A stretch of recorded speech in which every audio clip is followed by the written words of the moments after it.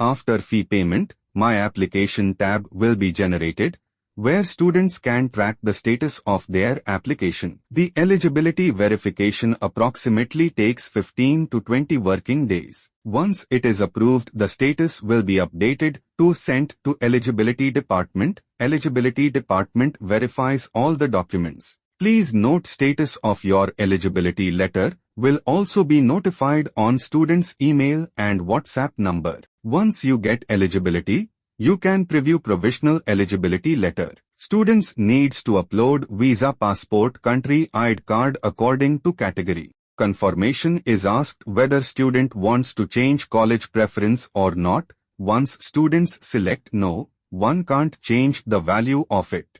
Post that pay the one-time processing fee. User will get two options, that is, user wants to split payment or not. If user select split payment, they will receive two fee receipts, and if they doesn't, they will receive single receipt.